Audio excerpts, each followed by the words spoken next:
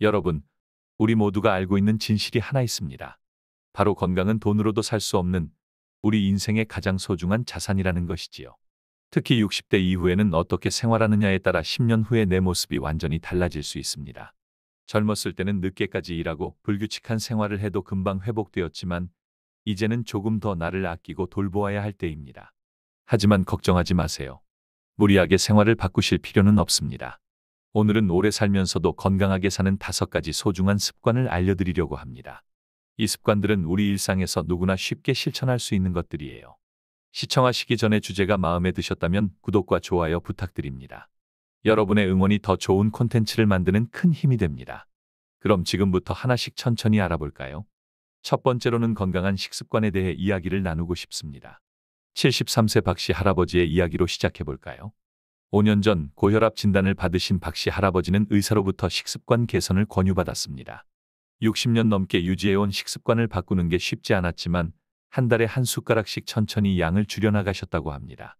특히 모든 음식을 20번 이상 씹는 것을 원칙으로 삼으셨죠.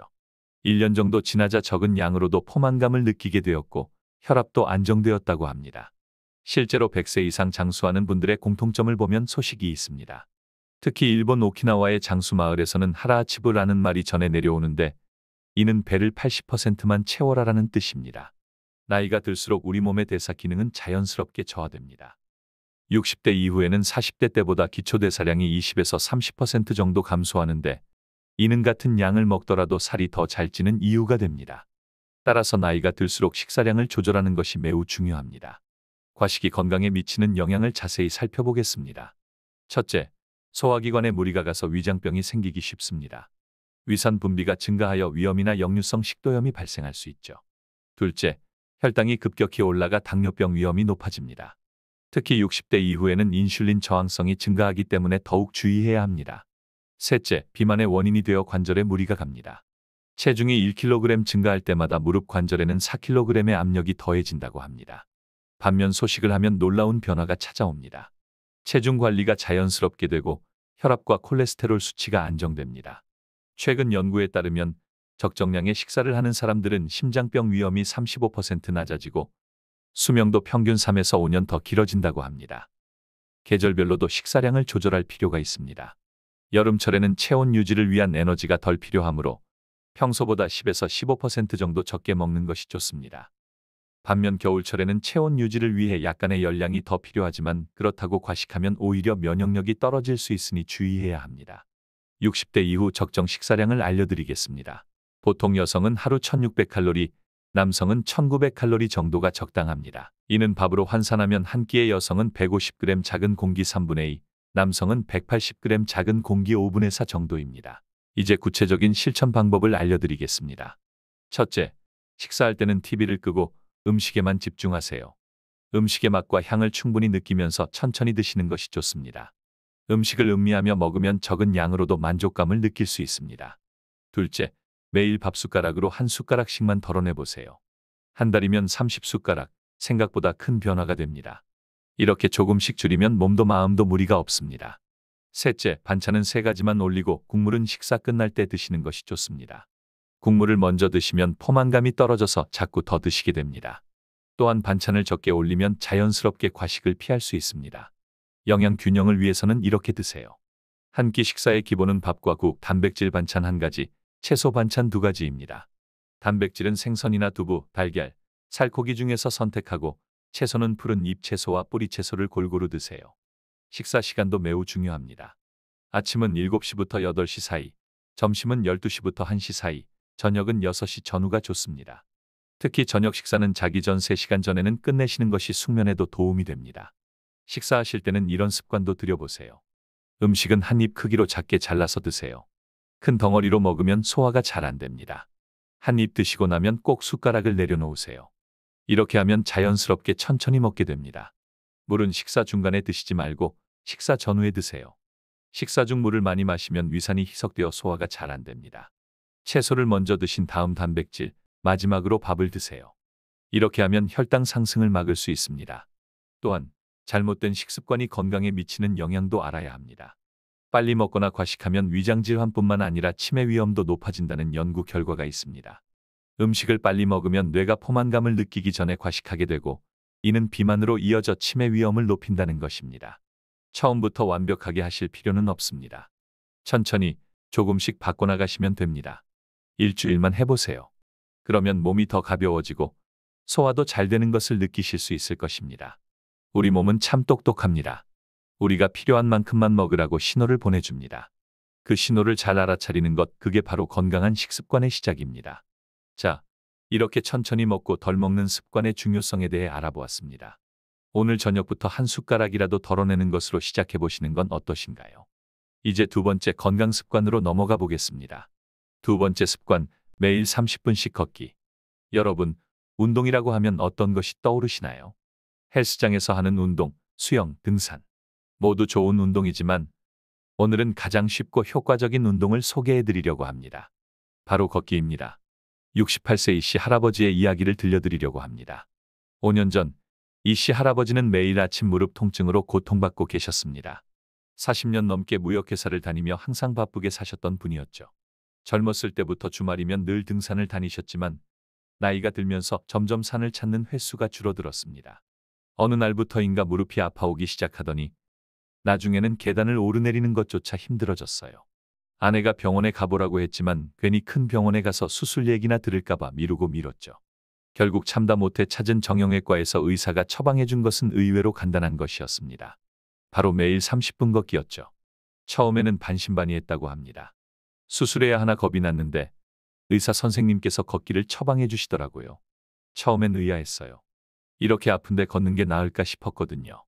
그런데 선생님 말씀이 무리한 등산보다 매일 조금씩 걷는 게 훨씬 좋다고 하시더라고요. 이씨 할아버지는 그날부터 걷기를 시작하셨습니다. 처음에는 아파트 복도에서 5분. 그마저도 힘들어서 중간에 두세 번 쉬어가야 했답니다. 하지만 포기하지 않고 매일 조금씩 걸었습니다. 일주일 정도 지나니까 신기한 변화가 느껴지더라고요. 아침에 일어날 때 무릎이 덜 뻣뻣한 거예요. 2주 정도 됐을 때는 복도 한 바퀴를 쉬지 않고 돌 수 있게 됐고 한 달이 지나자 아파트 단지 산책로도 걸을 수 있게 됐어요. 실제로 의학계에서도 걷기의 효과를 인정하고 있습니다. 하루 30분 걷기를 꾸준히 하면 심장병 위험이 35% 감소하고 당뇨병 예방에도 큰 도움이 된다고 합니다. 특히 치매 예방에도 매우 효과적인데요. 규칙적으로 걷는 분들은 그렇지 않은 분들에 비해 치매 발생 위험이 40% 낮다고 합니다. 3개월 정도 지났을 때는 정말 놀라운 일이 있었어요. 정기 검진을 갔는데 혈압이 많이 안정됐다고 하더라고요. 평소 먹던 혈압약 용량도 줄일 수 있게 됐죠. 6개월이 지나자 무릎 통증도 거의 사라졌어요. 이제는 아내와 함께 매일 아침 공원을 한 바퀴 도는 게 일과가 됐답니다. 이씨 할아버지는 지금 아침 6시면 어김없이 일어나 공원으로 나가신다고 합니다. 계절마다 달라지는 공원의 풍경을 보는 것이 하루 중 가장 행복한 시간이라고 하시네요. 걷기를 시작하고 나서 제 삶이 완전히 달라졌어요. 무엇보다 마음이 편해졌죠. 예전엔 등산을 못 가서 우울했는데 이제는 매일 아내와 함께 걸으며 이야기도 나누고 새소리도 듣고 이게 바로 행복이구나 싶어요. 근처 경로당 어르신들도 저를 보시고 걷기를 시작하셨는데 다들 좋아지셨다고 하시니 더 뿌듯하고요. 더 놀라운 것은 걷기가 우리 뼈 건강에도 도움을 준다는 사실입니다. 나이가 들수록 뼈는 약해지기 쉬운데 걷기는 뼈에 적당한 자극을 주어 골다공증 예방에 도움을 줍니다. 달리기나 등산은 무릎의 체중의 3에서 4배 충격이 가지만 걷기는 1.5배 정도의 충격만 주어 안전하답니다. 그렇다면 어떻게 걸어야 할까요? 이씨 할아버지의 경험을 바탕으로 한 조언을 들어보겠습니다. 첫째, 욕심내지 마세요. 처음부터 30분을 채우려고 하면 못해요. 5분부터 시작해서 천천히 늘려가세요. 둘째, 자세가 중요해요. 턱은 당기고 시선은 멀리 두고 팔은 자연스럽게 흔들면서 걸으세요. 셋째, 아프면 쉬어가세요. 벤치가 있으면 잠시 앉았다 가도 됩니다. 넷째, 계절별로 시간을 잘 맞추세요. 여름엔 해 뜨기 전이나 해진 후에, 겨울엔 해가 잘 나는 낮 시간에 걸으세요. 걷기의 효과는 과학적으로도 입증되어 있습니다. 2주 후부터는 체력이 좋아지는 것을 느끼실 수 있고 1개월이 지나면 체중 감소가 시작됩니다. 3개월이 지나면 혈압과 콜레스테롤 수치가 안정되고 6개월 이상 꾸준히 걸으면 뼈 건강도 좋아지고 면역력도 높아진다고 합니다. 날씨가 안 좋은 날에는 실내에서도 걷기를 실천할 수 있습니다. TV를 보면서 제자리 걸음을 하거나 복도를 왔다 갔다 하는 것만으로도 충분한 효과가 있어요. 대형마트나 백화점에서 천천히 구경하면서 걷는 것도 좋은 방법입니다. 자, 이제 걷기의 중요성을 아시겠지요? 내일 아침부터 편안한 마음으로 집 앞에서 5분만 걸어보는 건 어떨까요? 이씨 할아버지처럼 그 작은 시작이 여러분의 건강한 삶을 만들어줄 것입니다. 세 번째 건강 습관은 하루에 물 6에서 8잔 마시기입니다. 차 한 잔, 커피 한 잔으로 시작하는 아침. 식사할 때는 국물로 목을 축이고 간혹 갈증이 날 때면 탄산음료를 마시곤 하시죠. 하지만 우리 몸이 진정으로 원하는 것은 바로 물입니다. 여러분, 이런 경험 있으시지 않나요? 아침에 일어났을 때 입이 마르고 오후가 되면 피로감이 밀려오고 저녁이 되면 다리가 붓는. 사실 이 모든 증상이 수분 부족 때문일 수 있습니다. 나이가 들수록 목마름을 덜 느끼게 되는 것은 자연스러운 현상입니다. 60대가 되면 20대 때보다 갈증을 느끼는 감각이 많이 줄어들기 때문에 실제로 필요한 양보다 물을 적게 마시기 쉽죠. 우리 몸의 70%는 물로 이루어져 있습니다. 마치 연못의 물이 깨끗해야 물고기가 건강하게 사는 것처럼 우리 몸도 충분한 물이 있어야 건강을 유지할 수 있어요. 아침에 일어나서 저녁에 잠들 때까지 우리 몸은 끊임없이 물을 필요로 합니다. 숨을 쉴 때도 걸을 때도 심지어 잠을 잘 때도 우리 몸에서는 계속해서 물이 빠져나가고 있거든요. 하루에 6에서 8잔의 물을 마신다고 하면 많게 느껴지시나요? 사실 한 번에 많은 양을 마실 필요는 없습니다. 아침에 일어나서 한 잔, 산책하고 돌아와서 한 잔, 점심 식사 전에 한 잔. 이렇게 조금씩 나누어 마시면 됩니다. 물을 마시는 가장 좋은 시간이 있습니다. 아침에 일어나자마자 한 잔, 이것이 가장 중요해요. 밤사이 우리 몸은 많은 수분을 잃게 되는데 아침 물 한 잔이 마치 마른 화분에 물을 주는 것처럼 우리 몸을 깨워준답니다. 식사 30분 전에 마시는 물 한 잔은 소화를 도와줍니다. 마치 설거지하기 전에 그릇을 물에 불리는 것처럼 우리 위도 먹기 전에 물을 마시면 음식을 더 잘 소화시킬 수 있게 준비가 되는 거죠. 낮에는 활동할 때마다 조금씩 마시는 게 좋습니다. 시장에 가실 때, 병원에 가실 때, 친구를 만나러 가실 때 작은 물병을 들고 다니면서 한 모금씩 마시는 거예요. 많은 분들이 걱정하시는 게 있죠.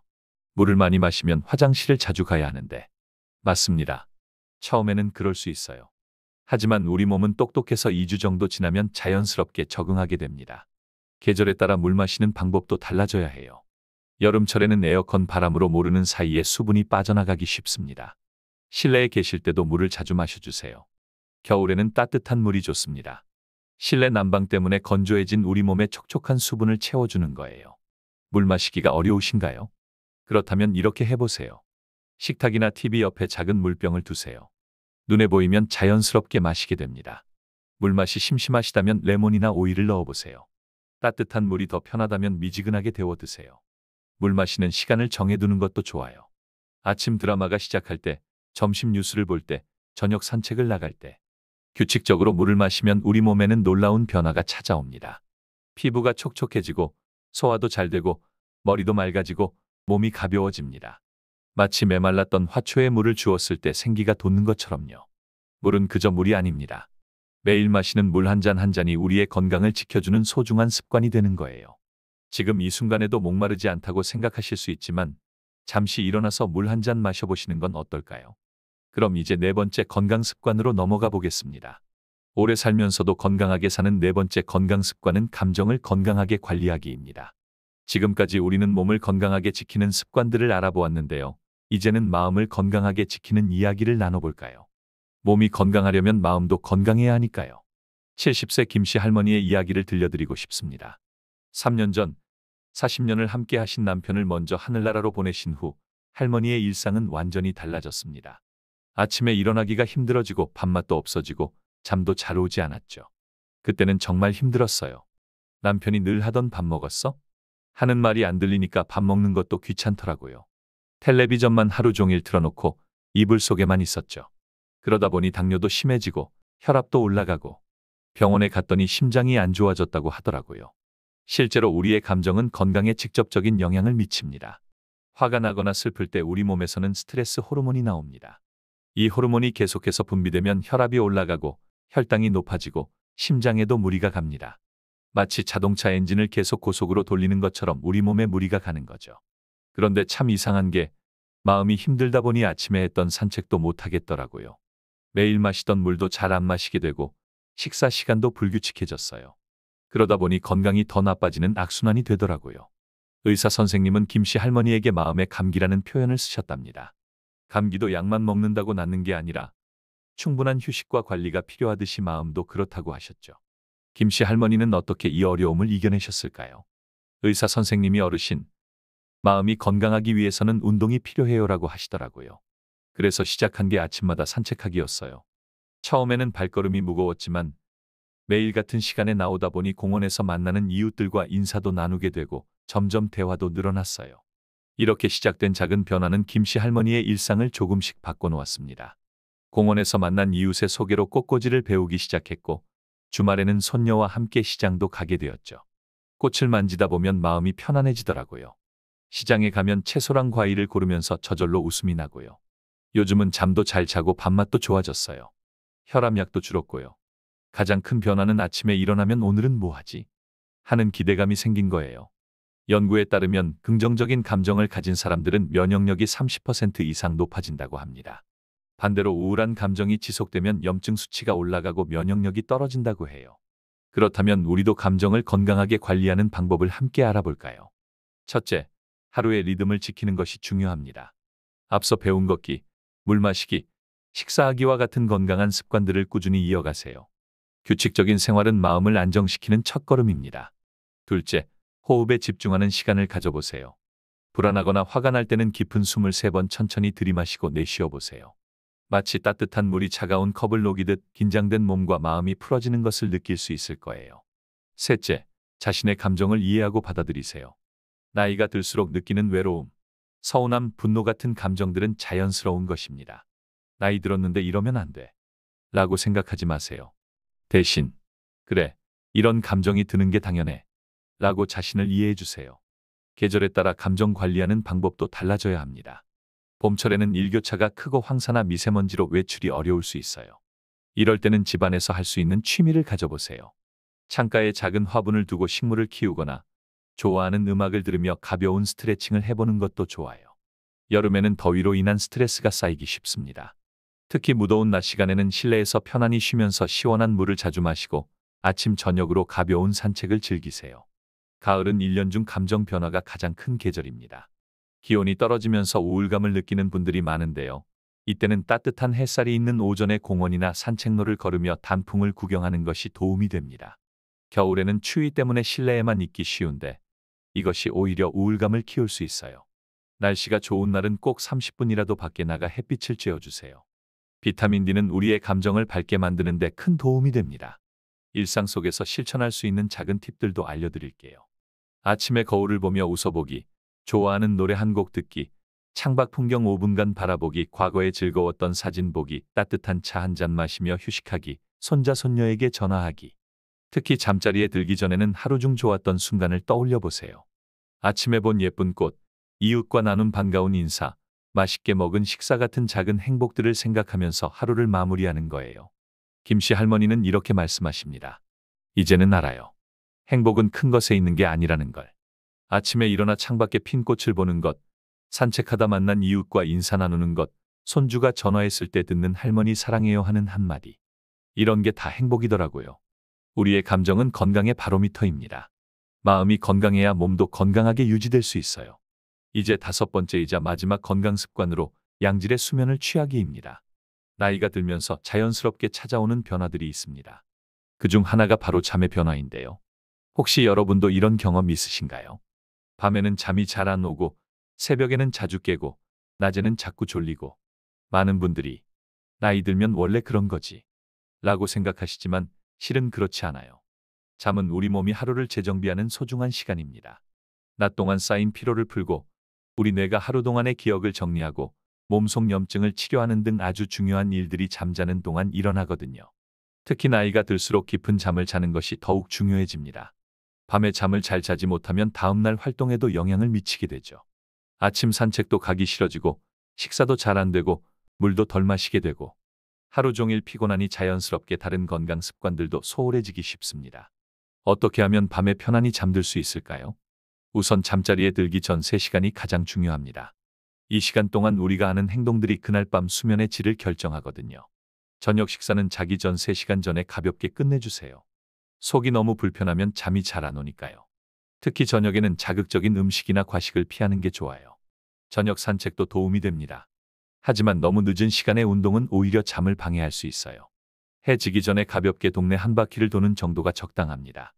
잠들기 1시간 전에는 TV나 스마트폰을 멀리하세요. 대신 따뜻한 물로 발을 씻어주면 깊은 잠을 자는 데 도움이 됩니다. 발이 따뜻해지면 온몸의 혈액순환이 좋아져서 편안히 잠들 수 있거든요. 침실 환경도 중요한데요. 방 안이 너무 덥거나 추우면 잠을 설치기 쉽습니다. 봄이나 가을에는 일교차가 크니까 이불을 2개 준비해두면 좋아요. 밤사이 체온이 변할 때 덮었다 걷었다 하기 편하거든요. 여름에는 에어컨을 틀더라도 찬 바람이 직접 몸에 닿지 않게 해주세요. 한밤중에 춥다고 느끼면 깊은 잠을 자기 어려워요. 겨울에는 실내 난방 때문에 방이 건조해지기 쉬운데 물수건을 걸어두거나 가습기를 틀어두면 코가 덜 막히고 편안히 잘 수 있습니다. 낮잠도 잘 조절하는 게 중요해요. 늦은 오후에 자는 낮잠은 밤잠을 방해하기 쉽습니다. 낮잠이 필요하다면 점심 식사 후 30분 정도가 적당해요. 그것도 앉아서 자는 게 좋습니다. 누워서 길게 자면 밤에 잠이 안 와서 더 힘들어질 수 있거든요. 밤에 자주 깨시는 분들이 많으신데요. 화장실에 가고 싶어서 잠이 깨는 경우가 많습니다. 저녁 시간 이후에는 물을 적게 마시고 자기 전에 꼭 화장실에 다녀오세요. 그리고 밤중에 일어나실 때는 너무 밝은 불을 켜지 말고 은은한 조명만 사용하세요. 잠이 안 올 때는 어떻게 해야 할까요? 많은 분들이 잠이 안 온다고 침대에서 뒤척이시는데 이럴 때는 오히려 일어나서 잠시 다른 곳으로 가보세요. 따뜻한 차를 한 잔 마시거나 부드러운 음악을 들으면서 마음을 편안하게 가라앉히는 거예요. 약을 먹고 자는 것은 좋지 않습니다. 수면제에 의존하면 점점 약 없이는 잠들기 어려워질 수 있어요.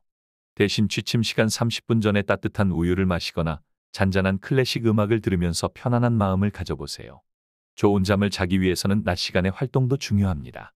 아침 산책을 하면서 햇볕을 쬐고 낮에는 적당히 움직이고 규칙적으로 식사하고 저녁에는 차분히 쉬는 이런 하루의 리듬이 쌓이다 보면 자연스럽게 숙면을 취할 수 있게 됩니다. 잠자기 좋은 시간도 있어요. 밤 10시부터 새벽 2시 사이가 가장 깊은 잠을 잘 수 있는 시간이라고 합니다. 이 시간에 푹 자면 아침에 개운한 기분으로 일어날 수 있죠. 수면의 질이 좋아지면 우리 몸에도 변화가 찾아옵니다. 머리가 맑아지고 기억력도 좋아지고 낮에 활력도 넘치고 무엇보다 면역력이 높아져서 감기도 잘 안 걸리게 됩니다. 좋은 잠은 건강한 노후를 위한 가장 기본적인 습관입니다. 오늘 저녁부터는 일찍 TV를 끄고 따뜻한 물로 발도 씻고 편안한 마음으로 잠자리에 들어보는 건 어떨까요? 이제까지 건강하게 오래 사는 5가지 습관을 알아보았습니다. 하나하나 살펴보니 모두 어렵지 않게 실천할 수 있는 것들이었지요. 건강한 식습관, 걷기, 충분한 물 섭취, 감정 관리, 그리고 양질의 수면. 이 5가지만 잘 지켜도 몸과 마음이 훨씬 건강해질 수 있습니다. 여러분, 중요한 것은 한 번에 모든 것을 바꾸려고 하기보다 오늘부터 한 가지씩 실천해보는 것입니다. 너무 부담 갖지 마세요. 처음에는 한 숟가락 덜 먹기, 집 앞에서 5분 걷기, 물 한 잔 더 마시기처럼 작은 것부터 시작하면 됩니다. 그리고 그 작은 변화들이 쌓이다 보면 어느새 건강한 습관이 되고 몸도 마음도 훨씬 가벼워질 거예요. 인생에서 가장 중요한 것은 건강입니다. 돈이 많아도 좋은 집에 살아도 건강하지 않으면 그 모든 것이 의미 없지요. 건강은 우리가 미리미리 지켜야 하는 가장 소중한 재산입니다. 10년 후, 20년 후에도 활기찬 삶을 살기 위해 오늘부터 나 자신을 위해 작은 실천을 해보는 건 어떨까요? 지금 이 순간에도 건강을 위해 노력하는 여러분 자신을 칭찬해 주세요. 나는 오늘 나를 위해 한 걸음 더 나아갔다. 이 마음가짐 하나만으로도 큰 변화가 시작될 것입니다. 앞으로도 여러분의 건강한 삶을 응원하며 이상으로 지혜로 사는 인생이었습니다. 오늘 영상이 도움이 되셨다면 구독과 좋아요 그리고 알림 설정까지 부탁드립니다. 여러분의 응원이 저에게는 큰 힘이 됩니다. 건강한 하루 보내시고 항상 행복하세요. 감사합니다.